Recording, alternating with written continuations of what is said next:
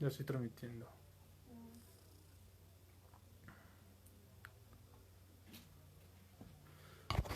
Escribir algo.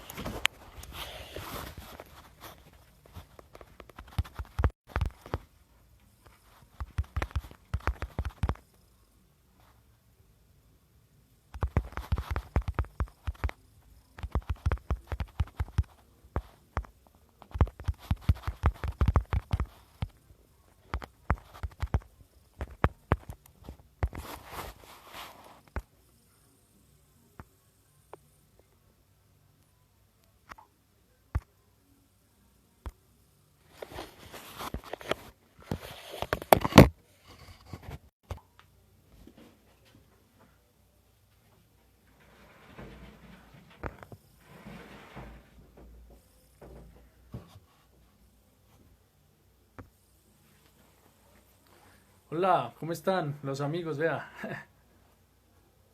somos tres por lo menos. Solo que hay que dar un momento mientras Facebook e Instagram notifica a la gente, ¿no? Siempre se recomienda dar un par de minutos para que se conecte más gente. Para que tres pasemos al menos a cinco, poder empezar con cinco. Tenemos unas buenas reflexiones en cuanto a el Día del Padre. He traído y he buscado varias citas en cuanto a de diferentes escritores. Entre esos un portugués, dos colombianos.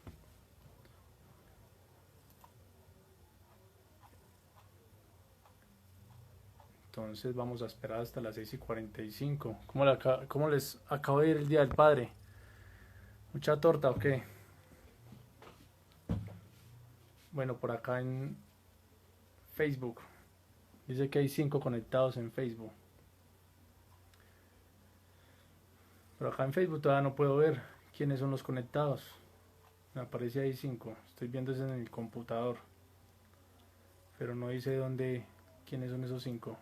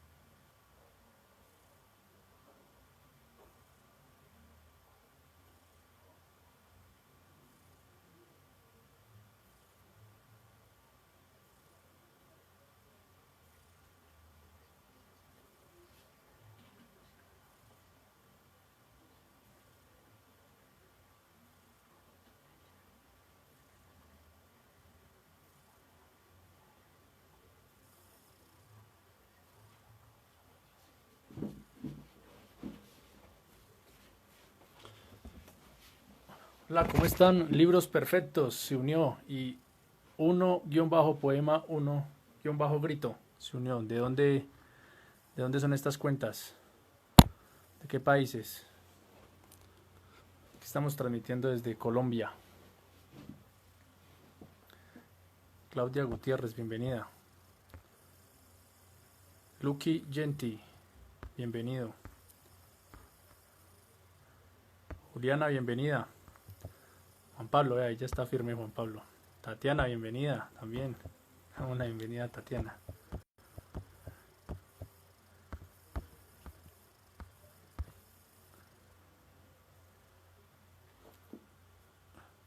Estamos dando un momentico de que se conecten más personas para empezar, unos 7 minuticos. Tengo buenas reflexiones, algunas citas que he escogido de entre diferentes lecturas de mi vida en cuanto a la relación padre e hijo. Entre esos tenemos algunas citas de Barack Obama, otras de Héctor Abad Faciolince, su maravillosa obra El olvido que seremos. Tenemos citas de la entrevista que le realizó Plinio Apuleyo a Gabriel García Márquez, esa conversación histórica que podemos encontrar en El olor de la guayaba. Y traemos también al Nobel José Saramago, portugués. Entonces cada uno de estos escritores tienen citas bien importantes y que nos ayudan a reflexionar en cuanto a lo que es padre e hijo, la relación como tal. Entonces vamos a esperar ahí unos 5 minuticos mientras se conecta más gente y poder dar inicio. Mientras tanto les invito para que puedan ir reflexionando en cuanto a este tipo de cosas, ¿no? De eventos. Si simplemente es Día de Padres todos los días, ¿no? Solo que la sociedad establece días como tal comerciales para la venta de bienes como tal. Juan Gabriel, ahorita se conecta por Instagram, listo, por Rigorífico de Poesía, porque el Facebook personal voy a cancelar la transmisión en vivo para enfocarme solamente en Rigorífico de Poesía. En Instagram, Juan Gabriel, listo.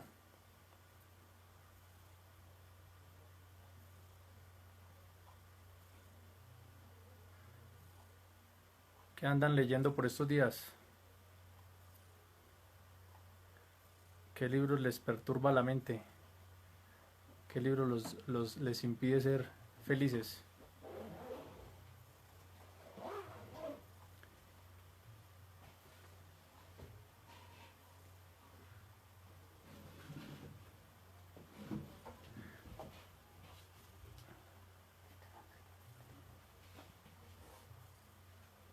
Vamos a ver quién más. Uy, Fuente Alba, saludos, ¿no?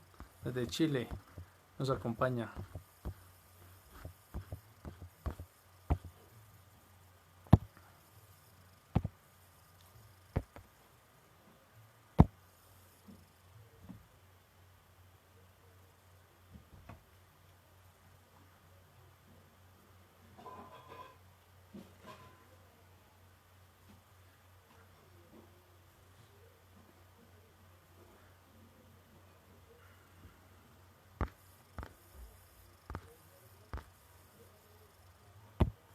Ya vamos a empezar, Fuente Alba. En 4 minuticos empezamos. Estamos dando tiempo de que las personas terminan de tomar la gaseosa y comer la torta de celebración del Día del Padre.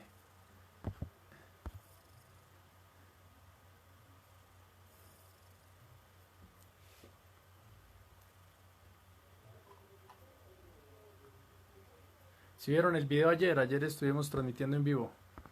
Ahí tocamos algunos conceptos de inteligencia animal e inteligencia humana, en las palabras del escritor español Fernando Savater. Estuvimos hablando sobre Camus o Camus, no sé cómo se pronuncia en francés. Albert Camus, el del extranjero. Algunas frases también tocamos de él. Aprovecho para invitarlos a que puedan en algún momento leer la obra de Carlos Ruiz Zafón, falleció el día de ayer o antier, no me acuerdo. El escritor español conocido por los libros de La sombra del viento, muy buenas esas obras. Lastimosamente falleció de cáncer, como a los 50 años creo que tenía. Entonces ahí les recomiendo esa obra de este excelente escritor. En algún momento me la recomendó una amiga ecuatoriana. A través de ella fue que pude conocer la obra de este escritor. Listo, yo creo que vamos a dar inicio. Vamos a despedir acá en el Facebook personal. Los que estén interesados, por favor se conectan en Instagram, Rigorífico de Poesía, que ahí vamos a empezar en este momento. Chao, que estén bien. Siempre finalizar acá. Eliminar video y volver al mute face. No, esto a ver acá como es.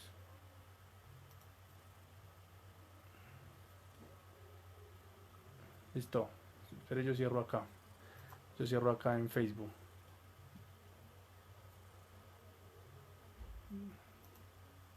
Cerrar. Listo. Listo, muchas gracias por la espera a todos los que están aquí en Instagram. Ahorita sí solamente somos nosotros en esta habitación, bajo esta luz. Bueno, he decidido, después de muchos años de estar en la literatura, soy un apasionado de literatura, y he decidido de ahora en adelante, como de vez en cuando, conectarme a través de redes sociales, a través de estas plataformas digitales, transmisiones en vivo para compartir conocimientos y más que conocimientos, experiencias, anécdotas que aprendemos en los libros. Siempre de vez en cuando publicaba citas, pero bueno, no todas las personas nos gusta la literatura, ¿cierto? Algunos somos más visuales o aprendemos de otra manera. Y la idea es que podamos llegar a más personas.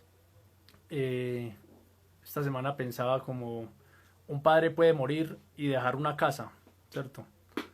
Y no hay ningún problema, o sea, falleció el padre y ahí quedó la casa, ahí quedó el legado para los hijos.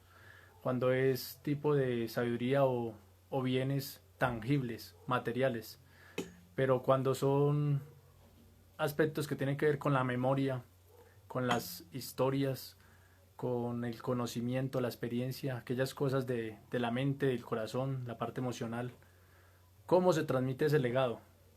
La persona fallece, ¿no? Por eso dice, cuando muere un anciano, es como si se quemara una biblioteca. Entonces pienso que es importante que nosotros, en la medida que vamos creciendo y nos vamos volviendo más avanzados en edad, podamos transmitir el conocimiento, las experiencias, lo que vimos con nuestros padres, con nuestros familiares, con nuestros amigos. La pregunta es si solamente queremos abarcar el círculo más cercano, que son nuestra familia de amigos, sabiendo que hay plataformas como estas que permiten que podamos grabar videos, que podamos dejar ahí nuestras enseñanzas, nuestras anécdotas, que dentro de 10, 15, 20 años alguien pueda conectarse y ver un video y decir como chévere, vi tal video, vi tal referencia de tal persona y aprendí esto. Lo que tenemos que buscar es que eso se perpetúe.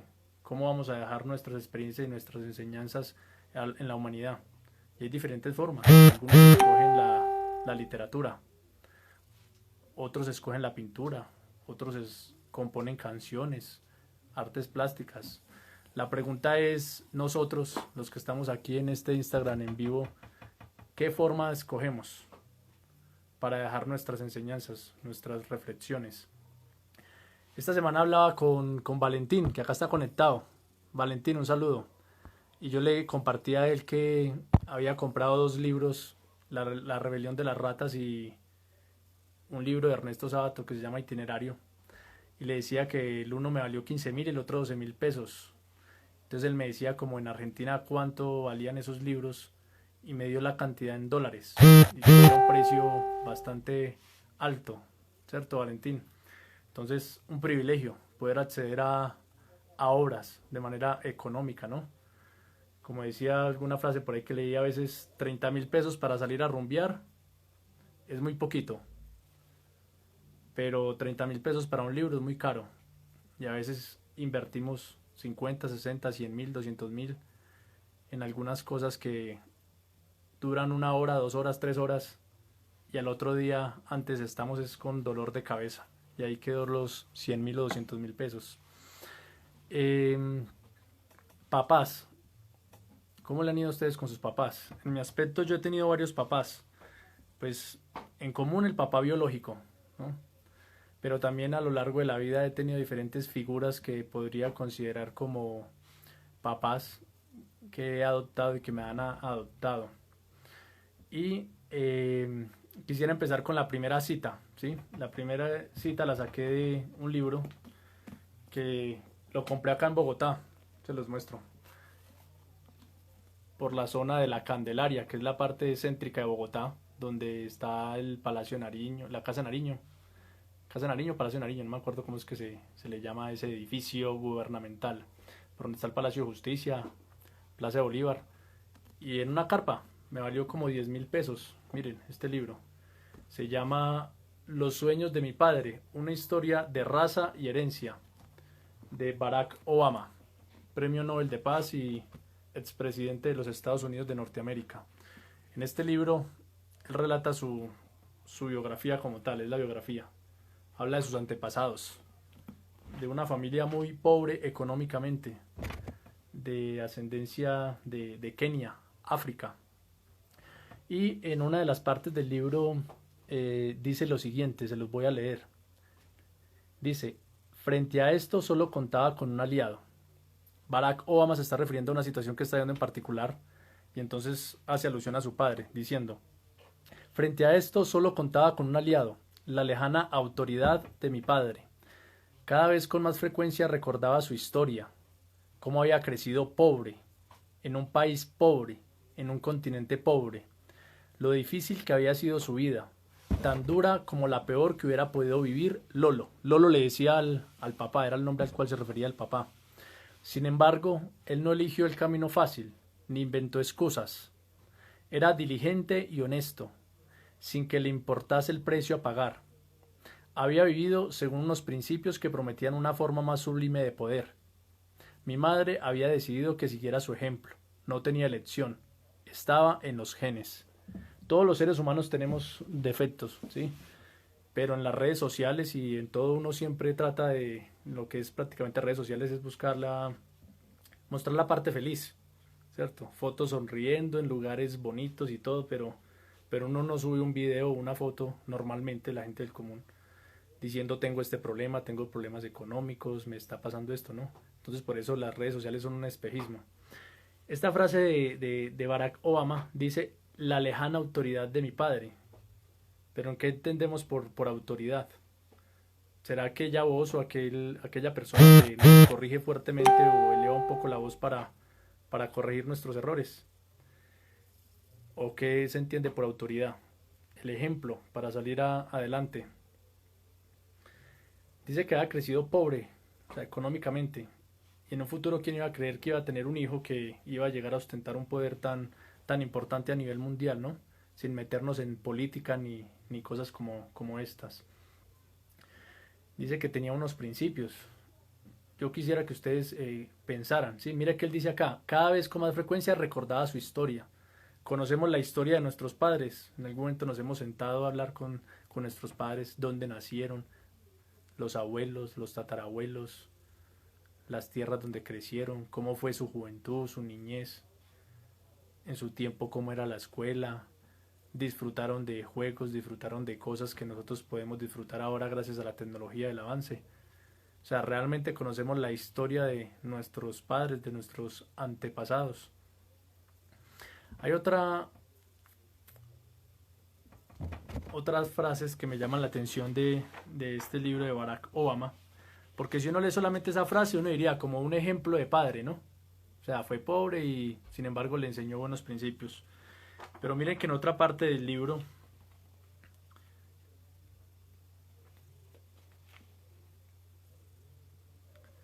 Barack Obama dice, cuando estaba en el instituto me avergonzaba de él, de mi viejo, quiero decir, trabajando como un burro y emborrachándose con sus hermanos. Juré que nunca acabaría así. Pero sabes, después cuando lo pensaba me daba cuenta de que mi viejo nunca se reía cuando le decía que quería ir a la universidad. Quiero decir que nunca dijo nada a favor ni en contra, pero siempre se aseguró de que mi hermano y yo nos levantáramos para ir al colegio, de que no tuviéramos que trabajar, de que no nos faltase algún dinerillo para nuestros gastos. Recuerdo que el día de mi graduación apareció trajeado y con corbata. Luego me dio la mano. Eso fue todo. Me dio la mano y después volvió al trabajo. Aquí vemos que el papá tenía una característica, ¿no? No solamente había crecido pobre económicamente, sino que tenía problemas con el alcohol. Sin embargo, siempre le enfatizaba a Barack Obama que él debía ir a la universidad, ¿sí? Después más adelante dice, nada le parecía lo suficientemente bueno, me dijo mientras retiraban nuestros platos. Era listo y nunca te dejaba que lo olvidases. Si venías a casa siendo el segundo de tu clase, te preguntaba por qué no había sido el primero. Eres un Obama, decía. Debía ser el mejor, y realmente lo creía, pero después lo veía borracho, arruinado, viviendo como un mendigo, y entonces me preguntaba cómo alguien tan listo podía caer tan bajo. Para mí no tenía ningún sentido, ninguno, incluso después de que me fuese a vivir solo, incluso después de su muerte, seguí intentando resolver este enigma. Era como si no pudiera escapar de su influjo. Recuerdo que tuvimos que llevar su cuerpo a la Lego para el funeral. Entonces, seguía con sus problemas de alcohol. Sin embargo, el papá de Barack Obama en algún momento tuvo un ascenso, ¿sí? A nivel personal, y en algún momento tuvo la oportunidad de acceder a becas en universidades muy prestigiosas, entre esas Harvard, el papá de Obama, y llegó a tener en algún momento puestos muy importantes a nivel del gobierno. Hay otra frase que dice acá, ¿dónde está? Espera que se me perdió acá la frase, acá la tengo separada. En algún momento Barack Obama habla con su tía, y Barack estaba juzgando a su papá, ¿sí? Decía como era un hombre borracho, porque hizo esto, porque hizo aquello, porque se separó de mi mamá, porque tuvo más hermanos por allá fuera de la relación tradicional de familia, etcétera. Y la tía le dice, sí, Barry era Barack, tu padre sufrió, tenía un corazón demasiado grande, ese era su problema. Cuando vivía no podía negarle nada a nadie, y todos le pedían algo. Ya sabes, él fue uno de los primeros jóvenes del distrito que estudiaron en el extranjero. La gente de aquí no conocía a nadie que hubiese viajado antes en avión, así que lo esperaban todo de él. Barack, ahora eres un tío importante. Podrías darme algo, deberías ayudarme. Siempre la presión de la familia. Y él no sabía decir que no, era tan generoso. Sabes, aunque estaba decepcionado conmigo, me cuidó cuando me quedé embarazada. Quería que fuese a la universidad, pero no lo escuché y me marché con mi marido. Y cuando éste empezó a maltratarme y tuve que abandonarlo, sin dinero, sin trabajo, ¿quién crees que me ayudó? Sí, tu padre. Por eso, a pesar de lo que otros digan, siempre le estaré agradecida. Cuando la suerte de tu padre cambió, dijo, o sea, la tía a Barack Obama, esa misma gente a la que había ayudado lo olvidó, se reían de él. Incluso la familia se negó a acogerlo. Sí, Barry, lo rechazaron. Decían que Barack se había convertido en un peligro. Este Barack es el papá del expresidente, ¿no? Decían que Barack se había convertido en un peligro. Sé que todo eso le dolió, pero él no culpó a nadie. Tu padre nunca les guardó rencor. De hecho, cuando fue rehabilitado y de nuevo las cosas le fueron bien, supe que estaba ayudando a los mismos que le traicionaron. Eso es algo que nunca entendí. Yo solía decirle, Barack, solo debes mirar por ti y por tus hijos. Los demás te han tratado muy mal, son demasiado vagos para trabajar. ¿Y sabes lo que me decía? Pues te lo diré. ¿Cómo puedes saber que ese hombre no necesita un favorcillo más que yo? Entonces, aquí vemos el ejemplo. Hay que seguir. Dice que la historia de la humanidad no es más que la biografía de los grandes personajes que han pasado por la vida. Y a veces en las redes sociales vemos o en el mundo nos hace ver que las personas que están en la cúspide no han pasado momentos difíciles. Pensamos que todo es perfecto. Pero si vemos detrás de la vida de Barack Obama, ¿sí? Independientemente si estamos de acuerdo con en la parte política o no, eso es un tema muy aparte. Estamos analizando es el ser humano, la persona como tal. Todas las personas tenemos defectos, todas las personas tenemos cosas que pueden que sí o pueden que no estemos de acuerdo. Lo importante es que analicemos lo bueno de cada ser humano. En este caso estamos analizando la vida de Barack Obama, el expresidente de los Estados Unidos de Norteamérica, sus antepasados, cómo su padre y su familia nacieron pobres económicamente, de ascendencia del país de Kenia en África. Y sin embargo esto permitió que se esforzaran, que el papá, pese a haberse separado de la mamá de Barack Obama, pudiera ser uno de los mejores estudiantes, pudiera ser becado y acceder a una de las mejores universidades del mundo, como lo es Harvard. Más adelante Barack Obama no tuvo disculpas, ¿cierto? Y también luchó y ustedes saben que él es abogado egresado de la Universidad de Harvard. Entonces es una bonita reflexión que podamos ver detrás del éxito que hay. Y quisiera que pensáramos en nuestros padres, en sus padres, ¿sí? Los esfuerzos y las demás cosas que han realizado para poder salir adelante. Otra de las citas que quisiera compartirles es de un libro, El olvido que seremos, de Héctor Abad Faciolince, un escritor colombiano, se los recomiendo. Este libro habla de la historia de Héctor Abad Faciolince y su papá, Héctor Abad Gómez. Héctor Abad Gómez fue un médico muy importante y muy conocido en la región de Antioquia, ¿sí? Fue profesor de la Universidad de, si no estoy mal, no me falla la memoria, de Medellín, creo que se llama, o de Antioquia, creo que se llama la Universidad de Antioquia. En todo caso era amigo de este Gaviria, del personaje este que fue presidente de la Corte Constitucional. Y bueno, el papá de Héctor Abad Faciolince, el escritor colombiano, era un médico y él, su filosofía era luchar por la sociedad, pero con la prevención, ¿sí? Él decía que la mejor cura, la mejor manera de aplicar la medicina era la prevención y era un pacificador. Él tenía programas de radio donde hablaba, luchaba por los derechos humanos, por los pobres. Varias anécdotas que cuenta Héctor Abad Faciolince en el libro. Veía como su papá muchas veces sacaba dinero de su bolsillo para darle a los estudiantes, porque él decía, sin almorzar uno no puede estudiar. Hay muchos de estos jóvenes que viven muy lejos y a duras penas pueden llegar a la universidad a estudiar. Era una persona entregada. En algún momento Héctor Abad Faciolince de niño no le dejó pasar el bus que lo llevaba a la escuela y el papá le dijo, mejor hijo, te quedas en casa y aprendes más con los libros de la casa. Entonces ahí nos lleva a reevaluarnos el sistema educativo. Ahora es un negocio, ¿no? O como lo diría Mario Mendoza, otro escritor colombiano. Antes que él anhelaba, en un libro dice, ¿cierto? Anhelaba las universidades de los años 70, 80. Hoy en día las universidades son más que todo un negocio y no nos invitan a ser sentipensantes, como diría Eduardo Galeano, el escritor uruguayo. Sentipensantes. No solamente con la mente, ¿sí? Sentipensantes, o sea, involucra la mente y el alma, el corazón. Es ahí donde, ¿por qué mi escritor favorito es Ernesto Sábato?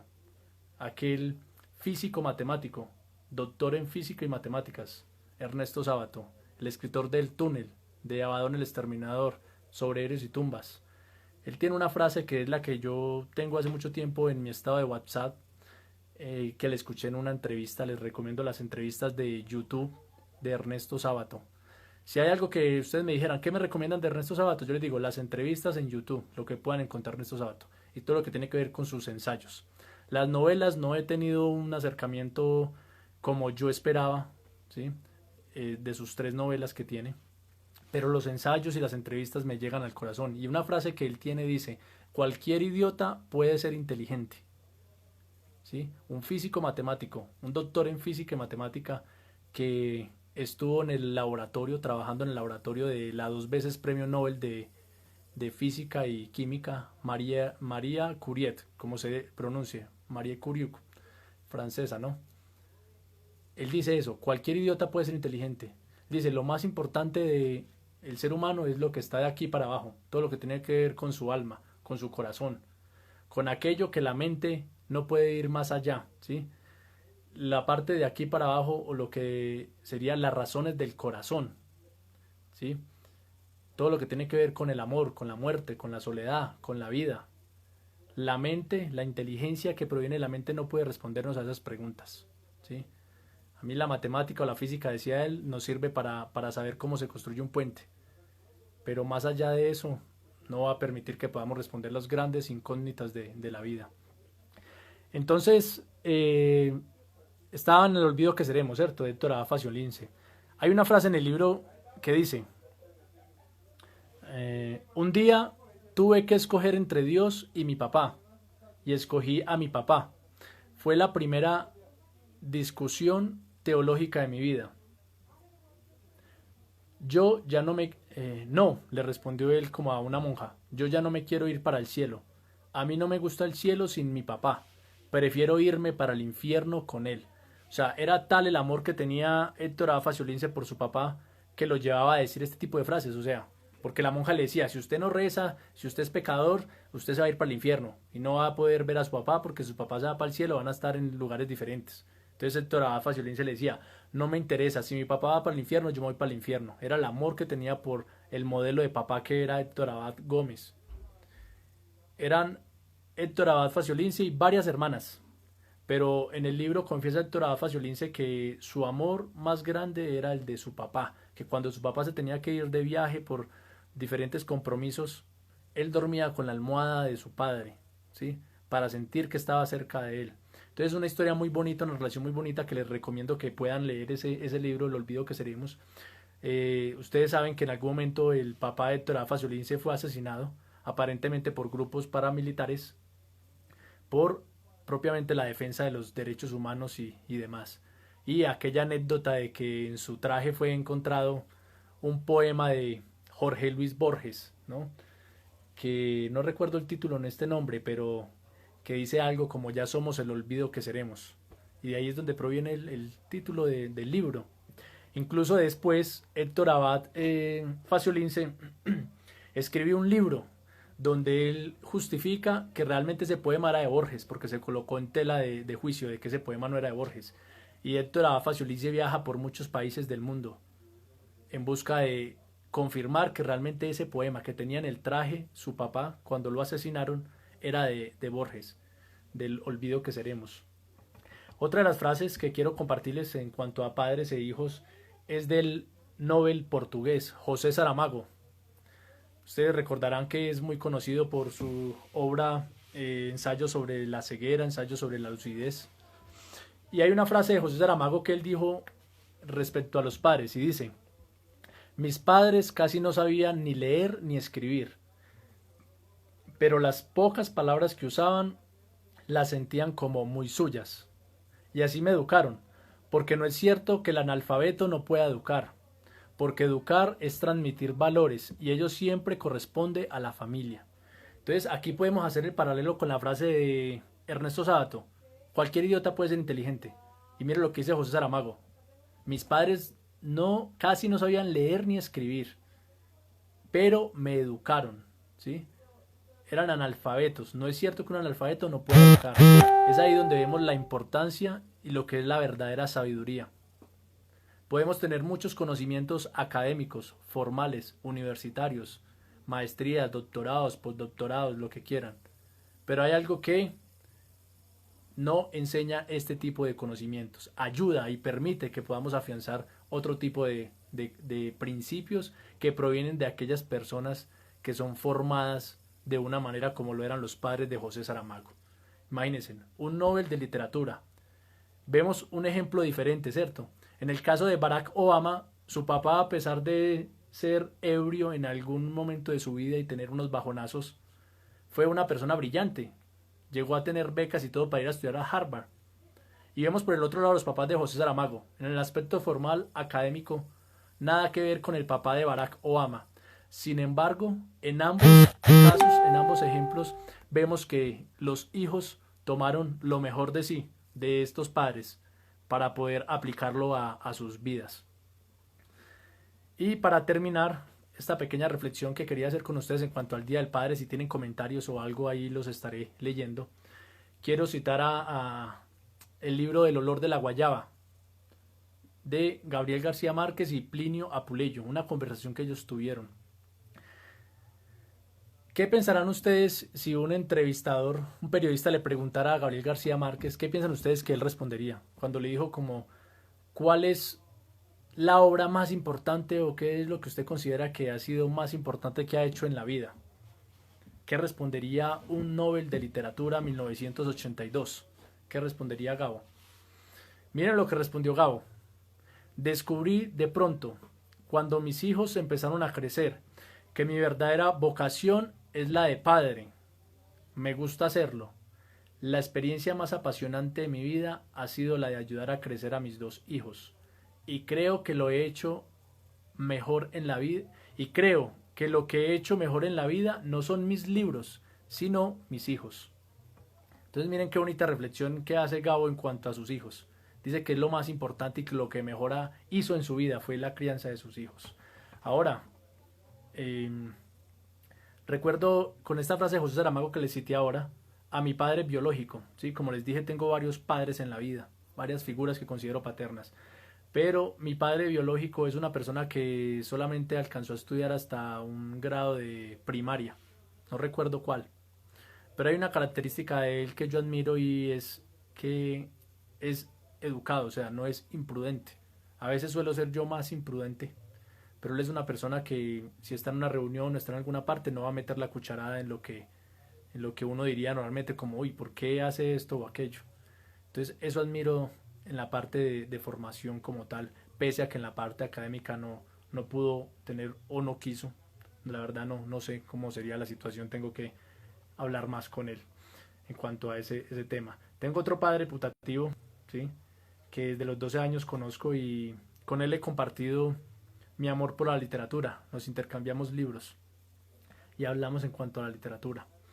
Bueno, esta era la reflexión en cuanto a el Día del Padre. Espero que les haya gustado las citas, los libros recomendados, ¿sí? Que podamos reflexionar en cuanto a esto. Muchas personas pensarán o pensaremos como no hay necesidad de tener hijos. Algunos querrán, otros no querrán tener hijos. Todo es muy respetable. Creo que la felicidad de cada cual es respetable y yo creo que no es necesario tener un hijo biológico para uno considerarse padre de alguien, ¿sí?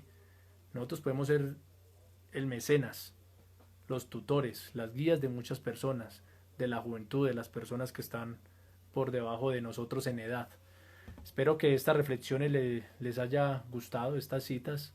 Les agradezco mucho por acompañarme aquí en estas citas de la literatura. Puedo estar en paz conmigo mismo porque pensaba, bueno, yo leo libros y quedan subrayados ahí en la biblioteca. Pero ¿cuándo puedo transmitir eso con otras personas? Pues esta es la ocasión, en videos, ¿cierto? De vez en cuando compartía frases, una que otra persona, un joven o una jovencita de 17, 15 años me escribía como, hey, qué chévere, esta frase de este libro, qué libro es, cómo se llama, tal cosa, voy a leerlo. Tenemos que incentivar la literatura, tenemos que incentivar el arte, el amor por el arte. Esto nos permite que nosotros podamos visualizar, podamos entender mejor aquello que es el ser humano. Muchas gracias por todo y feliz noche, que estén muy bien. ¿Tienen preguntas o tienen comentarios antes de finalizar? Voy a esperar aquí un minuto, 2 minutos, si de pronto tienen algún comentario, alguna pregunta.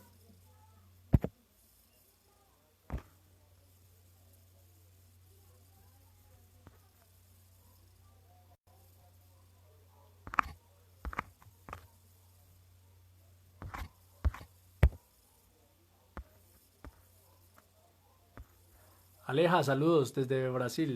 Espero que esté muy bien por allá en Brasil. Eduard, saludos desde el norte, ¿no? Nos acompaña viejo Eduard.